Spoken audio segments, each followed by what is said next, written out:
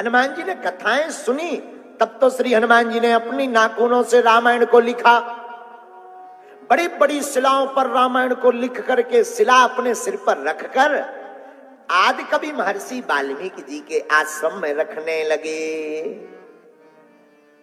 तब वाल्मीकि जी ने रामायण की रचना कर दी थी संस्कृत में।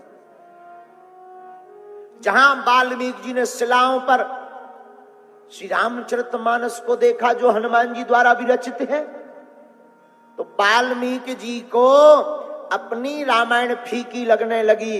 अरे भैया, जो प्रसादी भाव से बनाई जाए उसमें बढ़िया मसाला हो या ना हो, जो प्रभु को निवेदित करके भोजन लगाया जावे वो बिना मसाले के भी स्वादिष्ट लगता है। उसी प्रकार हनुमान जी ने भाव से रामायण लिखी तो वो रामायण भी अद्भुत नजर आने लगी। वाल्मीकि जी के मन में आया कि हमारी रामायण को तो कोई पूछेगा भी नहीं, कौन हमारी रामायण को पढ़ेगा। हनुमान जी की रामायण के बाद में हमारी रामायण तो फीकी पड़ गई। तो जब हनुमान जी जाने लगे तो चरणों को पकड़ लिया वाल्मीकि जी ने, सरकार हम आपसे कुछ मांगना चाहते हैं। हाँ हाँ मांगिए मांगिए। महर्षि जी आप ऐसे दंडवत प्रणाम मत करो, मांगो क्या चाहते हो। सरकार ऐसे नहीं, वचन दो। हनुमान जी वचन दे देते, ठीक है अब मांगिए क्या चाहते हो।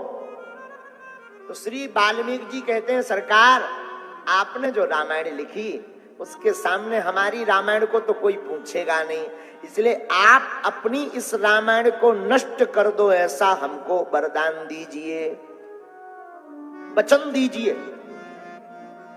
हनुमान जी की आंखें सजल हो गईं, आंखों में आंसू आ गए, क्योंकि भगवान के नाम को नष्ट कैसे किया जावे। देखो भाई, आपको वचन दिया तो हमें निभाना पड़ेगा, पर हम इस रामायण को नष्ट नहीं करेंगे, अब तू समुद्र में जाकर विसर्जित कर देंगे, आप चिंता मत करो, जाओ हमारा वचन है।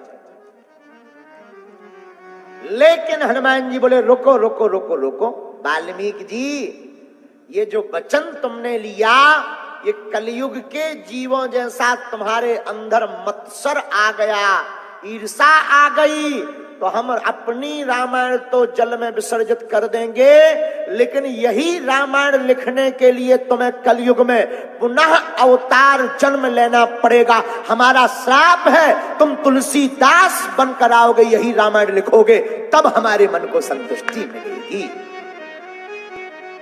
आहा हा, इसीलिए वाल्मीकि जी ही कलयुग में श्री तुलसीदास जी बनकर प्रकट भये। तब तो जहां जहां वाल्मीकि तुलसीदास जी फंसे हैं रामायण में, वहां वहां हनुमान जी ने सहारा दिया। चित्रकूट के घाट पर भई संतन की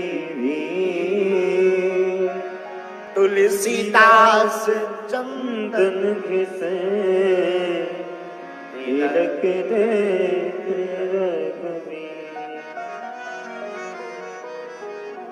तो गुरुदेव तो श्री हनुमान जी हैं, रामायण के असली रचयिता श्री हनुमान जी हैं। ये रामचरितमानस हनुमान जी की ही लिखी है, बस लेखक के रूप में तुलसीदास जी हैं। लेकिन भैया जो इस रामचरितमानस को पढ़ता है, गढ़ता है, वो राम जी को पा जाता है।